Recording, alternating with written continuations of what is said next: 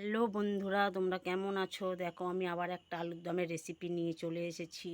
দেখো প্রথমে আমি আলুটাকে নুন দিয়ে ভালো করে সিদ্ধ করে নিয়েছি। তারপর একটা মশলা বানিয়ে নিয়েছি।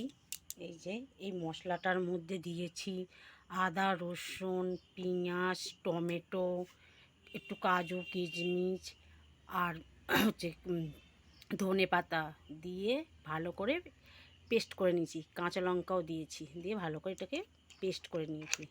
দেখো এবার আমি কিভাবে আলুর দমটা বানাই। দেখো তারপর কড়া বসিয়ে দিয়েছি, বসিয়ে তেল দিয়ে দিয়েছি পরিমাণ মতন। সর্ষের তেল দিয়েছি, আপনারা যে কোনো তেলেই করতে পারেন, সাদা তেলেও করতে পারেন। তেলটা এবার আমি একটু গরম করে নেব। দেখো তেলটা গরম হয়ে গেছে, এরপর আমি সিদ্ধ আলুগুলো একটু ভেজে নেব।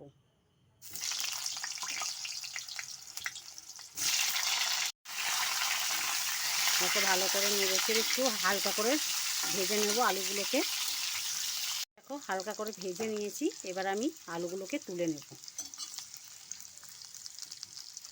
আলুগুলোকে ভেজে আমি এরকম করে তুলে নিয়েছি। এরপর ওই তেলটার মধ্যে আমি ফোড়ন দেব। সাদা জিরে দিলাম পরিমাণ মতন,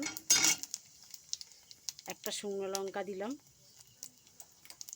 একটা তেজপাতা দিলাম আর গোটা গরম মশলা দিলাম, দিয়ে ভালো করে নেড়ে নেব।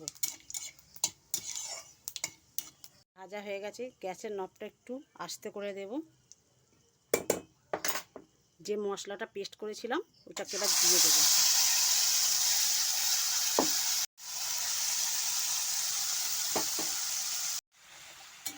দেখো পেস্ট করা মশলাটা দিয়ে দিয়েছি, এর মধ্যে বাকি মশলাগুলো দিয়ে দেব।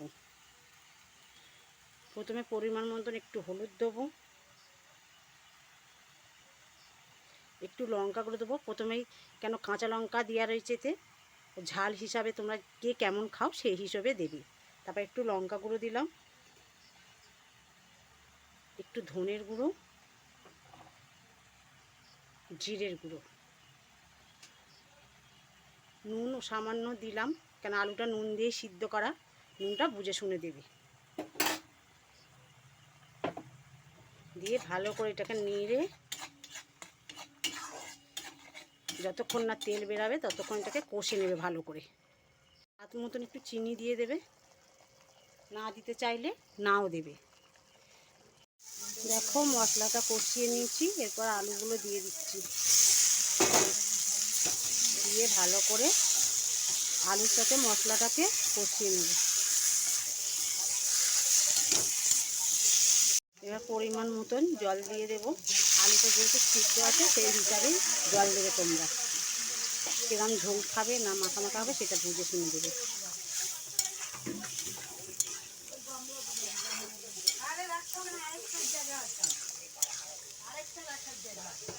দেখো আমি এতটাই দিয়েছি। আমার আলুর দমটা হয়ে গেছে, এবার গরম মশলা দিয়ে নামিয়ে নেব। আলুর দমটা হয়ে গেছে, তোমরা অতি অবশ্যই একবার ট্রাই করবে আর জানাবে আমাকে কমেন্ট করে কেমন হয়েছে।